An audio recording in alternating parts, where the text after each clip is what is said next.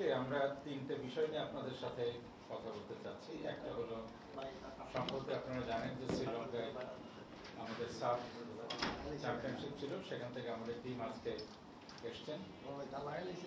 আর চায়নাতে আমাদের under 17 Tian Yu Liu Fang cup একটা অর্গানাইজ করেছে। সেখানে মোট 8টি দেশের 16টি দল 4টে গ্রুপে ভাগ হয়ে খেলেছে। ওটার সম্বন্ধে কিছু কথা বলবো। আর আরেকটা হলো আপনারা ইতিমধ্যে তো জেনেছেন যে আমরা এএফসি কর্তৃক 2টা ক্যাটাগরিতে আমরা নমিনেটেড হয়েছি, যেটা আগামী 16 অক্টোবর রিয়াদে এটা দেওয়া হবে। ওই সম্বন্ধে আপনাদেরকে আমরা কিছু শেয়ার করব।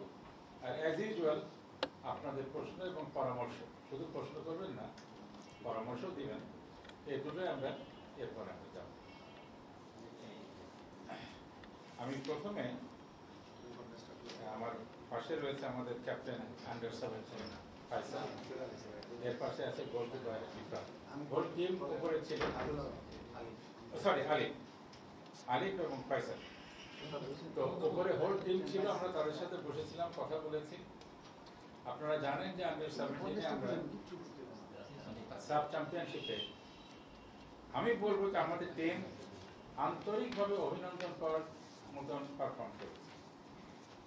আমরা চ্যাম্পিয়নশিপ কাপটা পাইনি আনফর্চুনেটলি, টাই ব্রেকারে গিয়ে এটা হয়নি। টাই ব্রেকারটা অনেকটা তো ভাগ্যের উপরে। তবে আমাদের ছেলেদের পারফরমেন্স সম্বন্ধে আমি যদি আপনাদেরকে একটু বলি, তাহলে আপনারা বুঝতে পারবেন যে আমাদের আন্ডার 17 এই বাচ্চাগুলা এরা কত এফোর্ট দিয়ে এবং কত সিনসিয়ারলি তাদের পারফরমেন্সটা আমাদেরকে দিয়েছে। টুর্নামেন্টে ম্যাচ ছিল মোট 4টে, আমাদের টিম গোল করেছে 12টা, অর্থাৎ প্রতি ম্যাচে অ্যাভারেজ 3টা করে গোল করেছে। আর গোল হজম করতে হয়েছে মাত্র 2টা, সেটাও ফাইনালে এসে। তার এগেন্স্টে আমরা 2টা দিয়েছি ফাইনালে। বাংলাদেশের সর্বোচ্চ 3 গোল করেছে রিফাত। বাংলাদেশের 4 ম্যাচের মধ্যে 4টিতে ম্যান অফ দ্য ম্যাচ পেয়েছে বাংলাদেশ। 4টে ম্যাচের 4টিতে আমরা ম্যান অফ দ্য ম্যাচ পেয়েছি, আমাদের ছেলেরা পেয়েছে। আর ফুটবলার যে 4 জন ম্যান অফ দ্য ম্যাচ হয়েছে, মানিক প্রথম হিসে, রিফাত, ফয়সাল সেমিফাইনালে এবং রেদওয়ান ফাইনালে। এর ভিতরে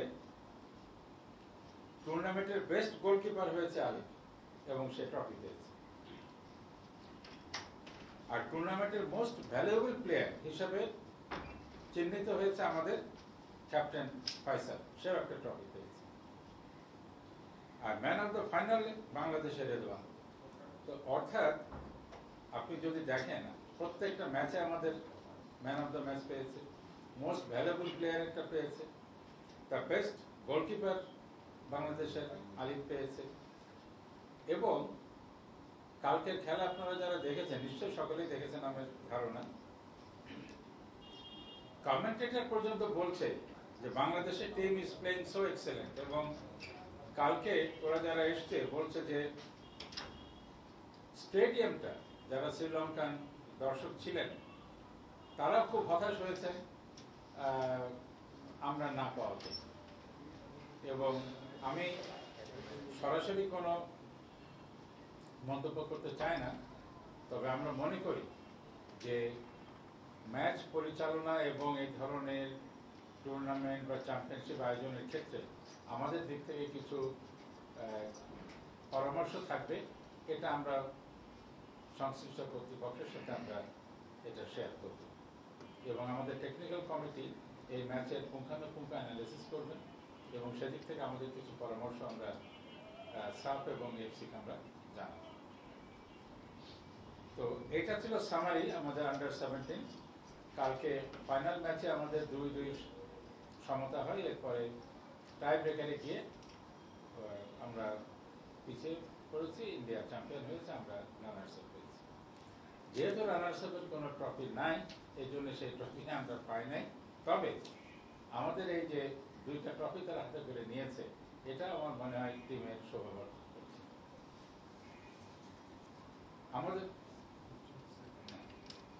তো এইটা আমি চাইনি যে টিমের ব্যাপারে যাওয়ার আগে আমাদের কোচ এবং ক্যাপ্টেন থেকে আমরা তাদের কিছু মন্তব্য আপনাদের উদ্দেশ্যে আমি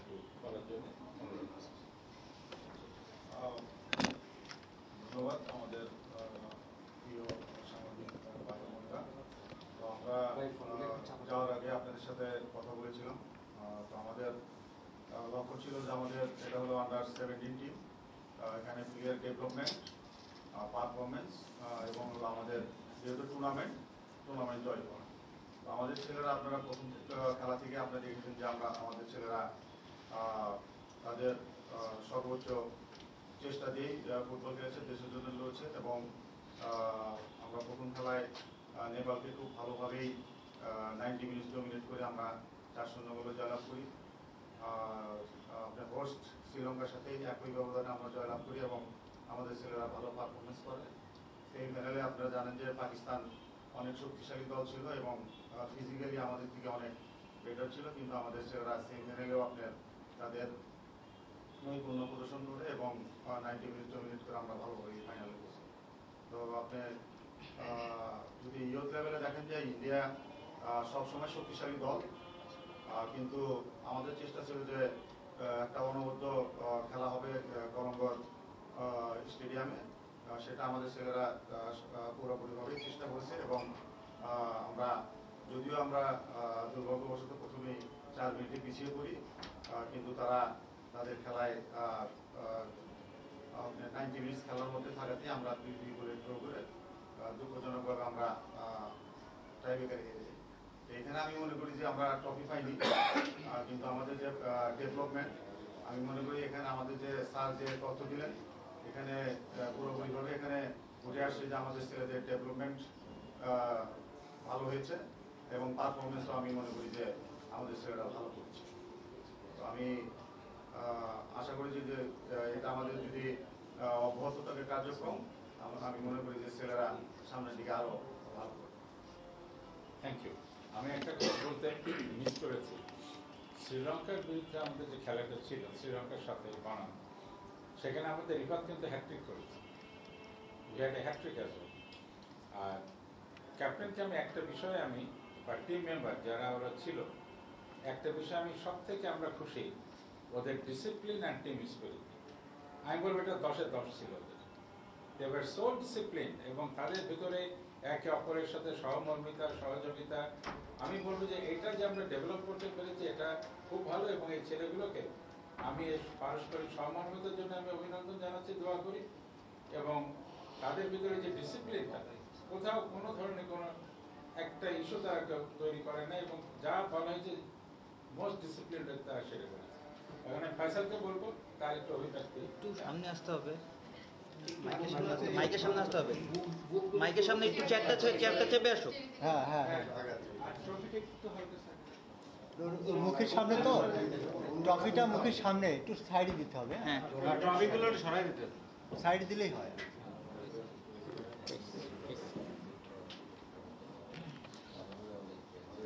না, ট্রফিটা আটটু সরতে হবে, আমরা তো পাচ্ছি না ভাই। আটটু এদিকে নেন তো, ট্রফিটা একটু এদিকে নেন। হ্যাঁ, একটু সামনে। না না হয় না পিছনে নিয়ে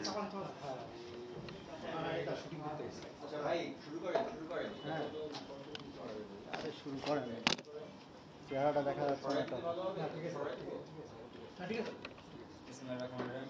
এখানে উপস্থিত সকল সাংবাদিক ভাইয়েরা এবং উপস্থিত আমার শ্রদ্ধাভাজন হেড কোচ এবং আমাদের শ্রদ্ধাভাজন স্যার, সবাইকে অসংখ্য ধন্যবাদ।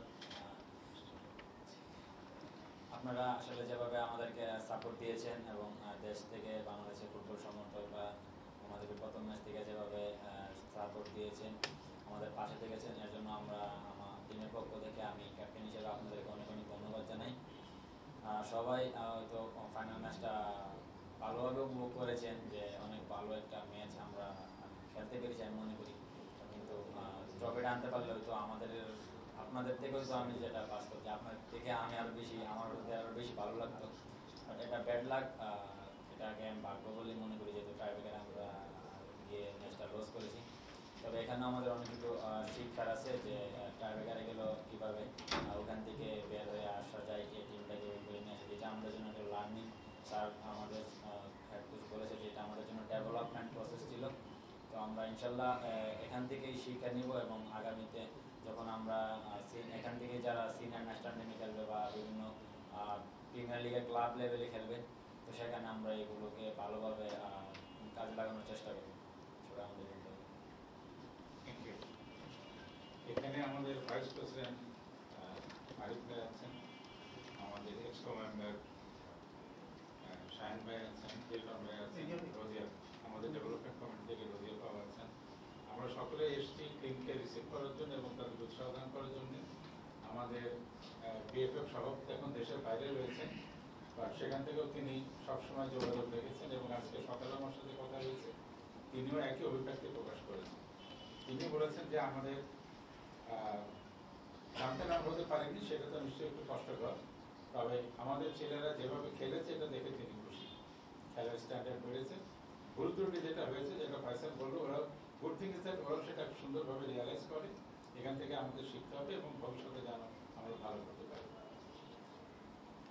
এবার আমি আপনাদেরকে একটু ব্রিফ করবো তিয়ানিউ লিফাং কাপ চায়নাতে আমাদের যেটা হলো, একই সময় আমাদের দুটো আন্ডার-17 পড়ে গেল। একটা তো অফিসিয়াল আপনার সাব চ্যাম্পিয়নশিপ, যেখানে আমরা মূল 23 জনকে পাঠিয়েছি শ্রীলঙ্কায়, আর 18 জনের খেলোয়াড় সহ কর্মকর্তা সহ আর 5 জন কর্মকর্তা দিয়ে আমরা চায়নাতে গিয়েছে। চায়নার ওরা ফুটবল অ্যাসোসিয়েশন ওরা একটা অর্গানাইজ করেছে ওখানে 8টা দেশে 16টা টিম নিয়ে একটা টুর্নামেন্ট ওখানে।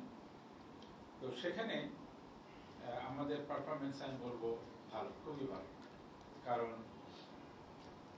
আমরা শুরু থেকেই একের পর এক জিতে গেছি এবং প্রচুর গোলের ব্যবধান, 4 গোল 8 গোল করে আমরা দিয়েছি। ফাইনালটা আমাদের ছিল চীনের প্রাদেশিক, ওদের প্রাদেশিক একাডেমিগুলো এসে খেলেছে। তার ভিতরে সব থেকে যে শক্তিশালী প্রাদেশিক team Wuhan 3 town football club আন্ডার-17, এই উহান টাউন ক্লাবটা ওদের খুবই শক্তিশালী একটা টিম। তাদের সাথে আমরা ফাইনাল ছিল, সেখানে দুঃখজনক হলেও আমরা পারিনি, চ্যাম্পিয়ন হতে পারিনি। আমরা 3 গোলে ব্যবধানে আমরা চ্যাম্পিয়নশিপটা মিস করি। তো তবে ওখানে আমাদের যারা খেলেছেন তাদের ভিতরে পারফরমেন্সটা খুব ভালো আছে। এছাড়া আসলে অসাধারণ পারফরমেন্স দেখিয়ে আমাদের একাডেমি দলের তাহসান খান, সে টুর্নামেন্টের সর্বোচ্চ গোলদাতা হয়ে গোল্ডেন বুট লাভ করে। টুর্নামেন্টে করেছেন 6 গোল তাহসান। পুরো টুর্নামেন্টে আমরা এটাকে নাম দিয়েছিলাম ফুটবল ফেডারেশন একাডেমি টিম, যেহেতু দুটো আন্ডার-17, তো ওটা হলো আমাদের ন্যাশনাল টিম আন্ডার-17, ওটা হলো আমরা বলেছি একাডেমি টিম। অ্যাকচুয়ালি এই টিমগুলো কিন্তু বিভিন্ন একাডেমি থেকে আমাদের খেলোয়াড় সংগ্রহ করে, যারা যশোরে শামসুল্লাহ ফুটবল একাডেমিতে যে 41-42 জন প্রশিক্ষণরত ছিল, সেখান থেকে 23 জন এবং 18 জনে ভাগ করে আমরা দুইখানে পাঠিয়েছি। আমাদের ন্যাশনাল টিমে 23 জন গিয়েছে ওখানে। এরপরে যারা ছিলেন তাদেরকে টিম আপ করে আমরা চায়নাতে পাঠাই। আমাদের এই টিম ওখানে মোট গোল করেছে 19টা গোল করেছে এবং বিপরীতে আমরা গোল হজম করতে হয়েছে 5টা। সো 19:5 আমরা ওখানে গোলের স্কোর। এবং ওইখানে এখানে টিমের তালিকা আছে, এটা আমি আপনাদেরকে এখন বেশি করছি না। তবে ওখানে দেশ যারা এসেছিলেন খেলতে, যে সমস্ত দেশের একাডেমি টিমগুলো ওখানে গিয়েছিল, সেই দেশগুলোর ভিতরে south Korea, Thailand, Cambodia, Bangladesh আমরা ছিলাম, শ্রীলঙ্কা, লাও, চায়না। তো চায়নারই একাধিক টিম ছিল বিভিন্ন প্রভিন্স থেকে ওদের, আর বাকি দেশগুলো থেকে একটা করে টিম এসেছিল। তো আমি এটা হলো আপনার চায়নার এই টিমের যেটা বর্ণনা। এখানে একটা কথা আমি বলতে চাই, সেটা হলো আপনারা হয়তো লক্ষ্য করবেন যে আমরা একাডেমিগুলো ডেভেলপমেন্টের দিকে যথেষ্ট নজর দিয়েছি এবং সারা দেশ জুড়ে এর ভিতরে 320টি একাডেমিকে আমরা তালিকাভুক্ত করেছি। এখানে কিরণ ভাই আছেন, টেকনিক্যাল কমিটির চেয়ারম্যান। তো ওনারা এটা নিয়ে খুব গভীরভাবে কাজ করছেন। আমরা ডেভেলপমেন্ট কমিটি থেকে যতটা পারি আমরা সাপোর্ট দিচ্ছি, আর এক্সিকিউটিভ কমিটির সবার উপরে আছেন। এই 320টা একাডেমির ভিতরে 17টাকে আমরা আইডেন্টিফাই করেছি ডাবল স্টার হিসেবে, অর্থাৎ এই 17টা একাডেমি মোটামুটি ভাবে বেশ অর্গানাইজ। আর এই 17টার ভিতরে আমাদের যশোরের শামসুল্লাহ ফুটবল একাডেমি আছে, যেখানে আমাদের আন্ডার-17 আন্ডার-19 ন্যাশনাল টিমগুলো ওখানে ক্যাম্প করছে। তো আমাদের আন্ডার-17 টিম ওখানে জুলাই 25 তারিখ থেকে শ্রীলঙ্কায় যাওয়ার আগ পর্যন্ত ওখানে ক্যাম্পে ছিল। ওরা এখন 7 দিনের ছুটিতে যাবে। চাইনিজ টিমও 29 তারিখে রাত্রে এখানে এসে চায়নাতে যারা গিয়েছে আমাদের টিম, ওরা এসে পৌঁছাবে। ওরা কয়েকদিনের ছুটি কাটাবে। এরপরে 3রা অক্টোবর থেকে একদম এফসিতে খেলতে যাওয়ার আগ পর্যন্ত আবার যশোর সংস্কৃত ফুটবল একাডেমিতে একদম পুরো সময়টা তারা ওখানে ক্যাম্প করে ট্রেনিংয়ে থাকবে। তো এই উদ্দেশ্যটাই হলো যে তাদেরকে একসাথে রেখে দীর্ঘ সময় যদি এই ক্যাম্পটা করা হয়, আমরা তার অনেক ভালো দিক দেখতে পাচ্ছি। তাদের ভিতরে সহমর্মিতা বাড়ে এবং এই একনিষ্ঠ জানিয়ে ট্রেনিংটা আপনার অনেক উৎকর্ষ প্রশিক্ষণ আমরা তাদেরকে দিতে পারি। তো এটা কন্টিনিউ করবে। আরেকটা জিনিস আপনি জানবেন যে আমরা এই যে 320টা একাডেমিকে সারা দেশে আমরা 8টা গ্রুপে ভাগ করেছি। 8টা গ্রুপে ভাগ করে সেখানে টেকনিক্যাল কমিটির পক্ষ থেকে এবং ডেভেলপমেন্ট কমিটির পক্ষ থেকে তাদেরকে সার্বিক সহযোগিতা প্রদান করা হচ্ছে, টেকনিক্যাল পরামর্শ, কোচিং সাপোর্ট। এবং এটা আমরা শুরু করেছি। এখনই এটা পর্যাপ্ত হয়েছে আমি তা বলবো না, তবে আমাদের চেষ্টা আছে এবং অচিরেই আগামীতে কয়েক মাসে আপনারা দেখবেন যে পেরিফেরাল ফুটবল একাডেমিগুলোকে ফেডারেশনের পক্ষ থেকে আরো অনেক ধরনের সহযোগিতা দেওয়া হচ্ছে। ফিফা কানেক্টের ব্যাপারে আমাদের সভাপতি জনাব তাবিদ আওয়াল প্রচন্ড গুরুত্ব দিয়েছেন এবং সেই কারণে আমাদের টেকনিক্যাল কমিটি আমাদের সকল একাডেমি থেকে ফিফা কানেক্টে সংযুক্ত হওয়ার জন্য আমরা উৎসাহিত করেছি।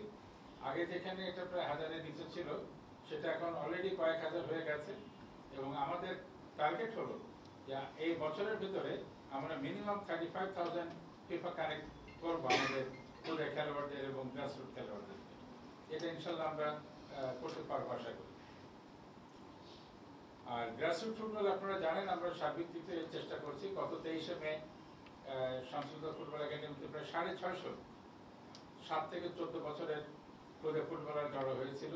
And that was A marvellous event. এবং আমরা এইভাবে সবাইকে উৎসাহিত করছি। সকল একাডেমিকে আমরা যতদূর পারি আমরা আগামীতে আরো তাদেরকে সম্পৃক্ত করব এবং এই একাডেমিগুলোই আমাদের ফুটবলের ব্রিডিং গ্রাউন্ড হবে। ভবিষ্যতে এখান থেকে বিভিন্ন এজ গ্রুপ থেকে ন্যাশনাল টিম, এভাবে আমরা আস্তে আস্তে এটাকে তুলে আনার চেষ্টা করছি।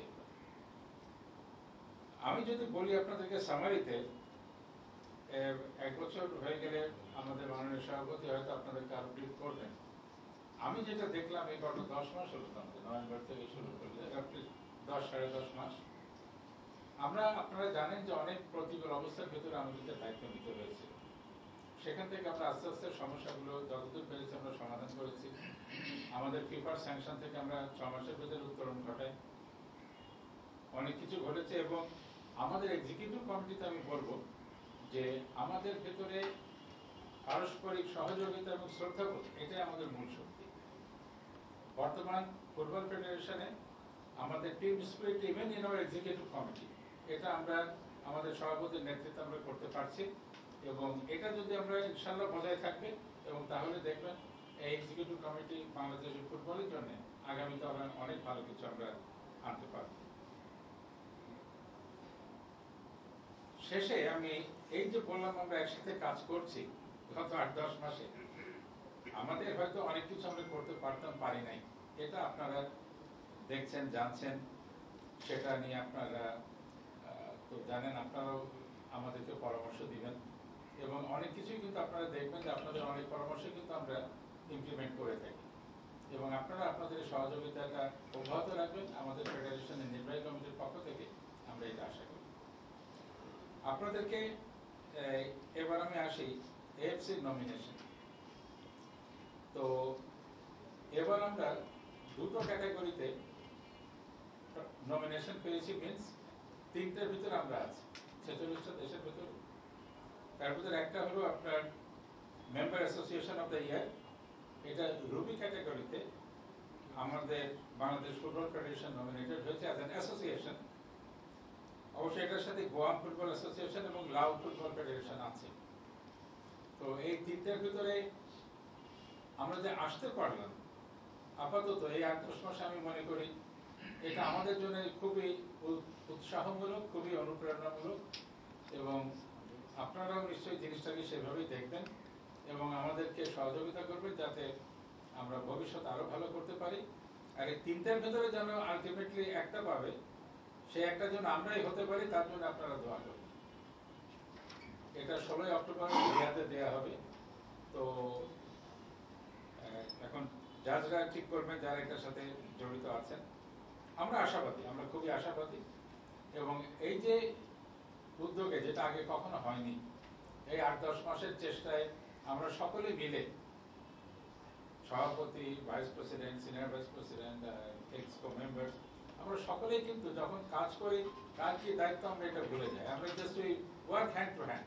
তো এই প্রচেষ্টা করে আমরা যেটা চেষ্টা করছি, আপনারা দোয়া করবেন, এই অ্যাওয়ার্ডটা পেলে আমরা আরো উৎসাহিত হব।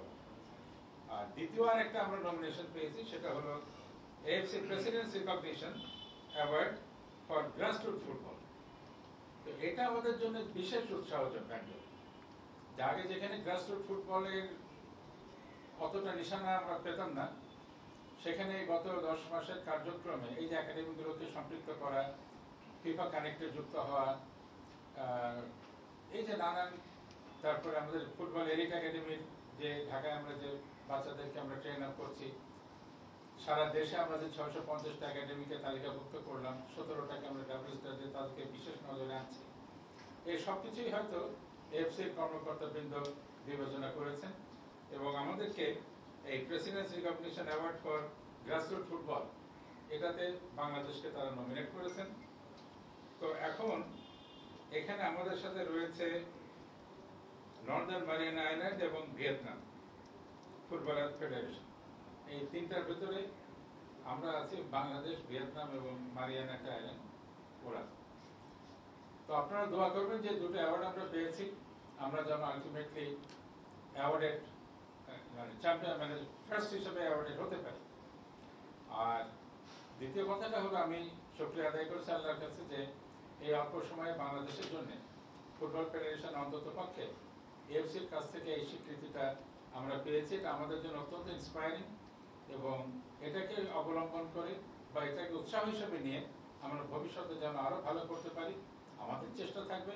আপনারাও মেহরবানি করে সহযোগিতা করবেন, আমরা একসাথে বাংলাদেশকে বিশ্বের ফুটবল অঙ্গনে আরো সুপরিচিত করতে পারবো ইনশাআল্লাহ। আমাদের কথা এটুকুই ছিল, কিছু না।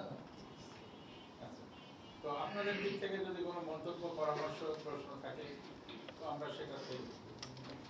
পিছনে থেকেও কামব্যাক করলাম, করে ম্যাচটা টাইব্রেকার নিয়ে গেলাম, টাইব্রেকারে হেরে গেলাম। বলা হয় টাইব্রেকার হারাটা দুর্ভাগ্য, আসলে দুর্ভাগ্য না, সেটা একটা কোয়ালিটি। এই বিষয়ে কি করেন? টিম ম্যানেজার মোহন ছিলেন, আমরা সবাইকে রিভিউ করেছি। আমাদের আন্ডার 19 আমরা কিন্তু এই সাপে আমরা টাই ব্রেকারে হেরে গেলাম, আন্ডার 17 আমরা টাই ব্রেকার হলাম। অর্থাৎ লেসন একটাই যে আমাদের টাই ব্রেকারের স্কিলটা, এটাও একটা স্কিল, এটা আমাদের দিকে নজর দিতে হবে এবং অলরেডি আমাদের কোচ এবং টেকনিক্যাল কমিটি এটা নোট করেছেন, এদিকে আমরা নজর দিব। আরেকটা জিনিস আমরা ঠিক করলাম যে ফুটবলের যে নিয়ম কানুনগুলো উইদিন দ্য ফিল্ড, কি আইন, কি নিয়ম, কি ফাউলের নিয়ম, কি এটার নিয়ম, কি হ্যান্ডবলের নিয়ম, এগুলো সম্বন্ধে আমরা আমাদের প্লেয়ারদেরকে আমরা খুব ভালোভাবে একটু প্রশিক্ষণ দিব। আর another thing we have decided যে যারা ক্যাপ্টেন হবেন, before going for the match আমরা ক্যাপ্টেনদের একটা আলাদা লিডারশিপ প্রশিক্ষণ করব। সেখানে তার team management, team cooperation, team leadership, সেই সাথে উইদিন দ্য ফিল্ড যখন সে খেলছে তখন তার কেউ তাকে পরামর্শ দিতে পারছে না, তো উইদিন দ্য ফিল্ড তার সঙ্গে ফুটবলের আইন কানুন সম্বন্ধে তাকে পুরো আমরা রপ্ত করার চেষ্টা করব, যাতে যে কোনো জিনিস যেন ফিল্ডের ভেতরে থেকে সে নিয়ম মাফিকভাবে তার মতামত রেফারিকে জানাতে পারে বা প্রতিবাদ হলে প্রতিবাদ, মতামত হলে মতামত, সেটা করতে পারে। তো এই 3 ধাপে আমরা অলরেডি সিদ্ধান্ত নিয়েছি যে আমরা এই প্রশিক্ষণগুলো ইমিডিয়েটলি আমরা চালু করব। আমার একটা প্রশ্ন আছে আর একটা পরামর্শ। প্রথম পরামর্শ সেটা হচ্ছে, গতকাল ডায়াবেটিসটা দেখছিলাম, আমার কাছে মনে হচ্ছে আমি যেহেতু মোবাইল ফোনে দেখছিলাম, এটা ফ্রিকুয়েন্সির কারণে লেট হতে পারে, কিন্তু যেটা আমাদের পরিচিত হচ্ছে যে যে শর্টগুলি আসছে অপরাধের কাছ থেকে আমাদের গোলকিপার দুটো বলটা পার হওয়ার পরে সে ড্রাইভ করছে, বলটা যখন শর্ট নিয়েছে ও যখন ড্রাইভ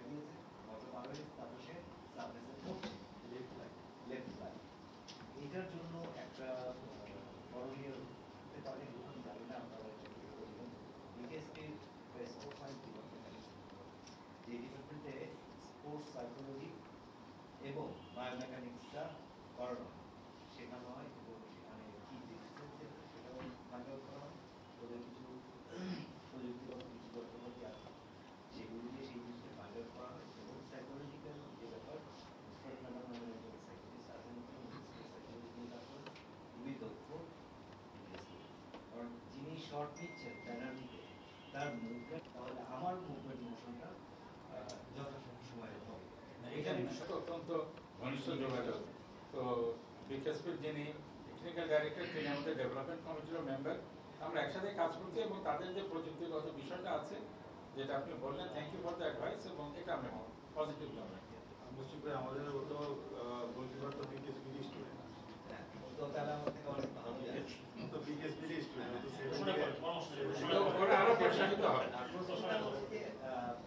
আমরা এই স্টেজে যে দুটো অ্যাওয়ার্ডের জন্য মনোনীত হয়েছি, আসলে যেটা গ্রাসরুটটা বলেছি, আর একটা যেটা বলছিলাম তাই একটা হলো যে member association of the year. এখানে এফসি দেখে যে এই যে 46টা তাদের মেম্বার অ্যাসোসিয়েশন আছে কনফেডারেশনের, তো মেম্বার অ্যাসোসিয়েশনের ভেতরে ফুটবলের উন্নয়ন উৎকর্ষের জন্য অ্যাসোসিয়েশনগুলো কি ধরনের ইনিশিয়েটিভ নিচ্ছে এবং এই ইনিশিয়েটিভ, উদ্যোগ এবং তার ফলাফল এটার উপরে ভিত্তি করে তার অ্যাসেসমেন্টটা করে। এখন আমাদেরকে অ্যাসেস করার সময় তারা তাদের ক্রাইটেরিয়াতে হয়তো আমাদের যে পজিটিভ দিকগুলো সেটা দেখেছেন, আমাদের যে শর্টকামিংসগুলো সেটাও তারা বিবেচনা নিয়েছেন, নিয়ে হয়তো তাদের কি মনে হয়েছে যে গত 10-11 মাসের কার্যক্রমে আমরা কয়েকটা মাইলস্টোন সেট করতে পেরেছি। লাইক ফিফার যে স্যাংশন ছিল, we came out of that.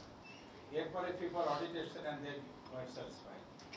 আমরা গ্রাসরুট ফুটবলকে অনেক নিয়ে যাচ্ছি, লিগগুলো আবার আমরা চালু করেছি এবং জেলাগুলোতে আমরা লিগের চালু করার অনেক মোটামুটি অনেকগুলো জেলাতে চালু হয়ে গেছে। আমার মনে হয় যে এফসি এই ট্রেন্ডটা দেখেছে, কারণ if you look to the absolute achievement, আমাদের থেকে অনেক বেশি অ্যাচিভ করা হয়তো আর অনেকে আছে, কিন্তু আমাদের যে ট্রেন্ডটা, আমরা যেখানে ছিলাম সেখান থেকে এই 8-10 মাসে আমরা কোন পর্যায়ে আসতে পারলাম, বা আমাদের অ্যাটিটিউডটা কি, আমাদের দিকটা, নির্দেশনাটা কোন দিকে, হয়তো তারা এটাই বিবেচনা করেছেন। সেক্ষেত্রে আমার মনে হচ্ছে বাংলাদেশ ফুটবল ফেডারেশনের ট্রেন্ড তার অত্যন্ত পজিটিভ দেখেছে, আমার যা ধারণা। বাকি তাদের জাজেস দেন। এলিট একাডেমি আর যে একাডেমির তালিকা তৈরি করা সারা দেশ, এটা কি এই প্রক্রিয়াটা কি আপনাদের সময় শুরু হয়েছে? না, একাডেমিক তালিকা তো এর আগেও হয়েছে, 2020 সাল থেকে এটা হচ্ছে। তবে তখন বোধহয় 78 কি এরকম একাডেমি 100-এর উপরে এটা আগে শুরু হয়েছিল, আপনারা এটাকে আরো গতি নিয়েছেন। এটা ছিল, সেখানে দুটো জিনিস, তালিকা করাটা কঠিন কিছু না, 3 দিনে করে ফেলা যায়, কিন্তু তালিকাটা করে তাদেরকে ক্লাসিফাই করে ফেডারেশন থেকে সাপোর্টটা দিতে হবে। তো অতীতে আমি বলবো যে আমার যেমন যশোরে আমার যে একাডেমি, ফেডারেশন থেকে কোনো সাপোর্ট এমন ছিল, ওই অভিজ্ঞতা থেকে আমাদের হিলটন ভাই টেকনিক্যাল কমিটিতে আছেন, আমি ডেভেলপমেন্টে আছি, এখানে আমাদের ভাইস প্রেসিডেন্ট আরিফ ভাই তো খেলাধুলার সাথে খুবই জড়িত। আমরা চেষ্টা করছি এই যে 320টাকে আমরা তালিকাভুক্ত করলাম, এদেরকে 8টা জোনে আমরা ওই জন্য ভাগ করেছি, যাতে ফেডারেশন থেকে শুধু তালিকাভুক্ত নয়, এদেরকে আমরা আমাদের সম্ভাব্য পরিসরে আমরা যতটুকু পারি তার ভিতরে আমরা যতটা সম্ভব যেন তাদেরকে আমরা একটা সাপোর্ট অ্যান্ড কোঅপারেশন দিতে পারি। আমরা যে একেবারে আহামারি অনেক কিছু পারবো তা নয়, আমাদেরও তো সীমাবদ্ধতা আছে, আমাদেরও সীমিত পরিব্যাপ্তি আছে, এর ভেতরেও যতটা সম্ভব এটা আপনি নিশ্চিন্ত থাকবেন ফেডারেশন এই একাডেমিগুলোকে সাপোর্ট দেওয়ার জন্য সর্বাত্মক চেষ্টা করবে। এখানে একটা কথা বলা ছিল যে ইন্টার একাডেমিগুলো প্রতিযোগিতা করা যায় কিনা, যেখান থেকে মানে বেস্ট টিমগুলো বের হবে, যে 2-3টা টিম বের হলো, যেটা আপনি বলছিলেন যে চায়নাতে গেছে হচ্ছে যে মূল টিমের পরে যে প্লেয়ারগুলো আছে তাদের সম্মিলিত করে একটা টিম পাঠিয়েছেন, যেখানে আসলে চায়নার ক্ষেত্রে আপনি বললেন যে অন্য এক মানে ক্লাব থেকে বা একাডেমি থেকে তারা পার্টিসিপেট করেছে। তো এরকম বাংলাদেশে এটা করা যায় কিনা, ইন্টার একাডেমি প্রতিযোগিতা থেকে 2-3টা বেস্ট টিম আসলো, সেখান থেকে এরকম বাইরে যে টুর্নামেন্টগুলো হবে সেই একাডেমিগুলো যদি ওখানে যায়। আপনাকে বলি, ইন্টার একাডেমিক এই টুর্নামেন্ট কিন্তু অলরেডি ক্ষুদ্রতর পরিসরে শুরু হয়ে গেছে। যেমন আমরা যশোরে সংসদ ফুটবল একাডেমিতে 8টা আশেপাশের জেলার 8টা একাডেমিকে নিয়ে আমরা একটা টুর্নামেন্ট করেছি। এই নর্থ বেঙ্গল দিকেও একটা হয়েছে। তো এটা আপনি বলতে পারেন আঞ্চলিক পরিমণ্ডলে হচ্ছে। আপনার পরামর্শ যেটা, এটাকে আমরা ফেডারেশন থেকে আরো ন্যাশনাল লেভেলে নিয়ে আসতে পারি কিনা, এটা অবশ্যই আমরা দেখব এবং ধাপে ধাপে এটা আমরা এগিয়ে যাব। আমরা কেবল গুছিয়ে নিচ্ছি, তবে আপনার পরামর্শ